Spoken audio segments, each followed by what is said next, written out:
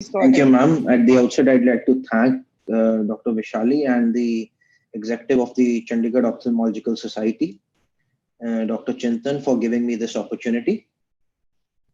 So I'm going to share a relatively fairly common scenario that we see, that is increased post-operative inflammation following cataract surgery. It has become relatively rarer these days in the COVID times. Not many cataract surgeries are happening, but still we do get to see it and what to do.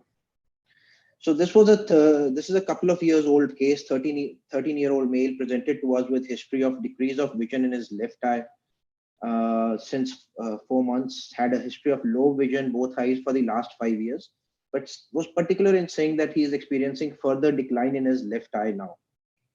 And the vision loss was painless and progressive. No history of redness or discharge. No history of trauma or fever.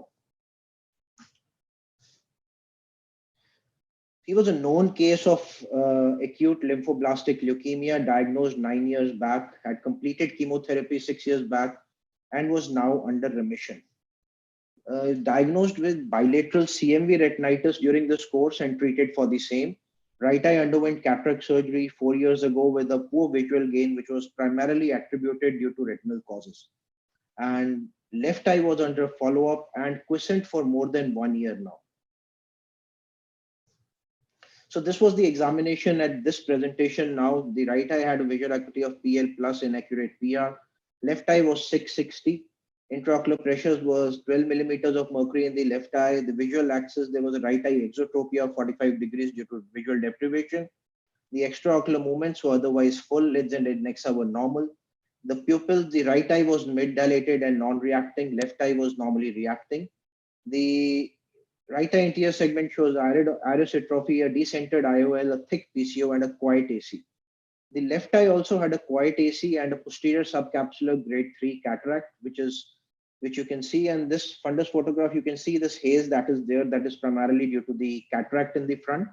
And we can see some amount of disc pallor, some fibrosis present superiorly, and the peripheral atrophic retina due to the healed CMV retinitis, along with some fibrosed vitreous over it.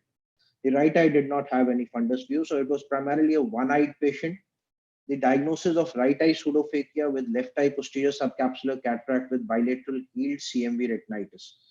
So there was a plan. The plan was to do left eye phacoemulsification with PCIOL implantation to get rid of the media opacity.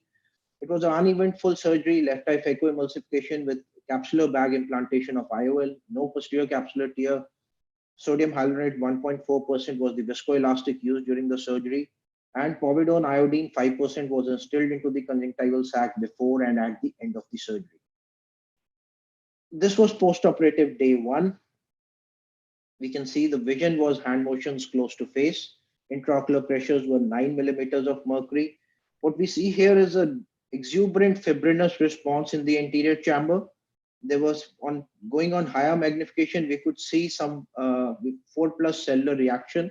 And on retracting the lower lid, we can see the streak of hypopion, which is there over here inferiorly.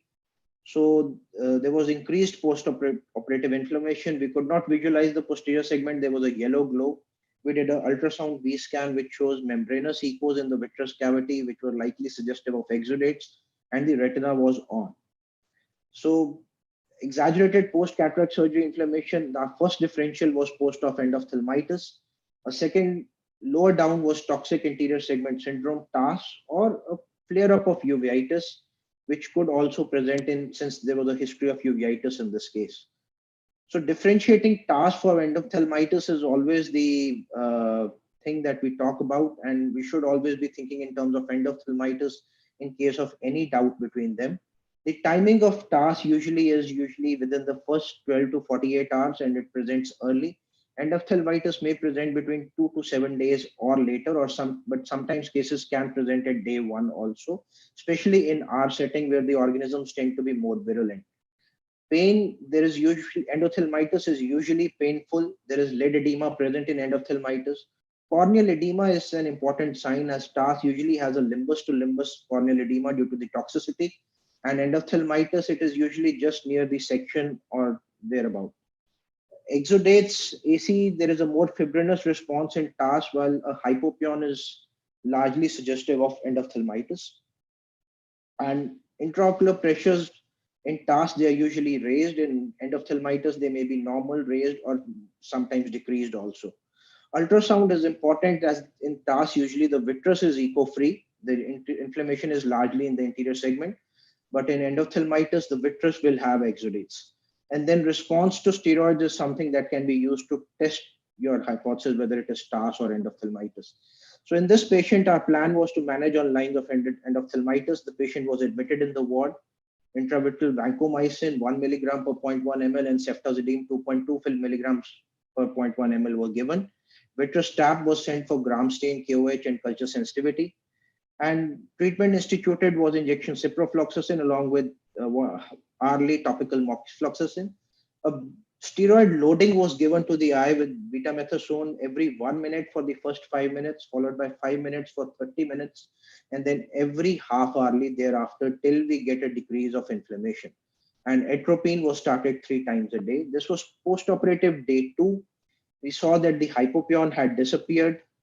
The gram and KOH stain were negative. We can see some breaking of the synapse in the inferior quadrant, and the fibrin had started retracting. We added steroids at this point after ruling out a fungal infection with the KOH being negative at 1 milligram per kg body weight. This was post-operative day 3. The patient could appreciate some hand movements, could count some fingers. We got some fundus view here, a semblance of the disc over here, and the synapse broke further. Intraocular pressure was maintained normal. So the patient had an improving trend. We continued the same treatment. We did not inject further. We did not take up for vitrectomy. We continued since there was an improving trend. We can see the fibrin retracting further, the pupil opening up, and further the media clearing. We can see the disc and that fibrosis that was present preoperatively. This is post-operative day 7. The pupil had almost dilated. There was some fibrin present over the anterior lens surface. And we could see the posterior pole now as we had preoperatively, though still the media clarity was grade 2. There was still some haze. The patient was discharged at that point of time, and this is 2 weeks after the primary surgery. The vision had come back to the preoperative level. The pressures were maintained. And from here, the tapering of the topical and the systemic steroids was started. The fundus had returned to its preoperative level. There was still some fibrin on the anterior lens surface, which might take some more time to go. So it is important for general ophthalmologists that at all follow-up visits, the vision, IOP are checked, the incision site is checked, the anterior chamber cellular reaction, including any hypopyon, retract the lower lid to check for the streak hypopyon that sometimes you may miss, and the posterior segment media clarity. The posterior segment sometimes mostly may be missed by cataract surgeons. So increased post-cataract inflammation, start frequent topical steroids, and keep the patient with you. Don't send him home. Review him before finishing your clinic. If you feel there is some improvement, okay, send him home, see him the next day. If you feel there is no improvement and the ultrasound shows vitreous echos, always treat on the basis of endophthalmitis, tap and inject, or if you can't do so, take a VR opinion. Thank you.